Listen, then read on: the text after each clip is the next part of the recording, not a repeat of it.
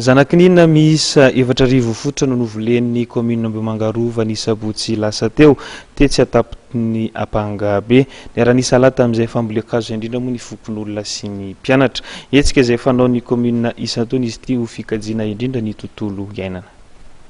Zana-kininina efatra arivo fototra no voavolon'ny Kaominina ambanivohitra Ambohimanga Rova ny Sabotsy teo tao an-tampon'ny tendrombohitra Ampangabe.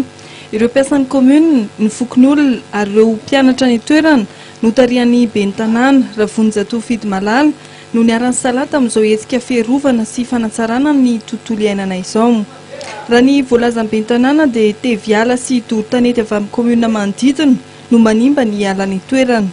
Ny ety amin'ny commune tsy dia misy mandoro-tanety loatra fa ilay commune manodidina satria izay zao miray fizaran-tany amin'ny commune Mandroso dia asin'ny commune Ambohimanga dia ireo zany izay samy faritra Ambohidratrimo district Ambohidratrimo avany zany ny afo ny trano ary dia mamodika tokoa zany ny hazo zany ny ala maniry sy ny tanety ary tahotra azy satria na ny vaky resam-pirenena io ary izay tena mbola hara dia atahorana hoe tafiteny ilay izy zay zany zavatra anankiray manimba an'ilay izy. Eo ihany koa nefa ny teviala zany izay ataon'ny olona no fanitrana diso tafahoatra satria efa maniry zany amin'ny tendrombohitra Mangabe io dia kisika ny be dia be.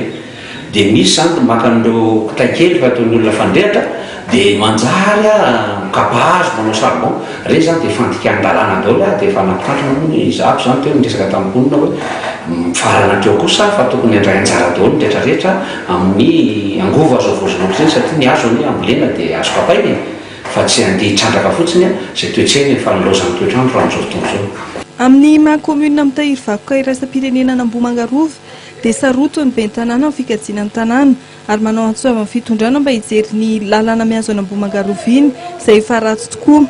Mikasika ny tontolo iainana manokana dia manatanteraka fambolem-kazo isan-taona ny commune. Dia izay koa ribo-jerajaina no masakazona tolotra ho antsika tamin'ity takariva ity. Isoranay teto amin'ny fahitalavitra matv no nanjoy hatramin'ny farany fotoanan'ny fampahalalam-baovao.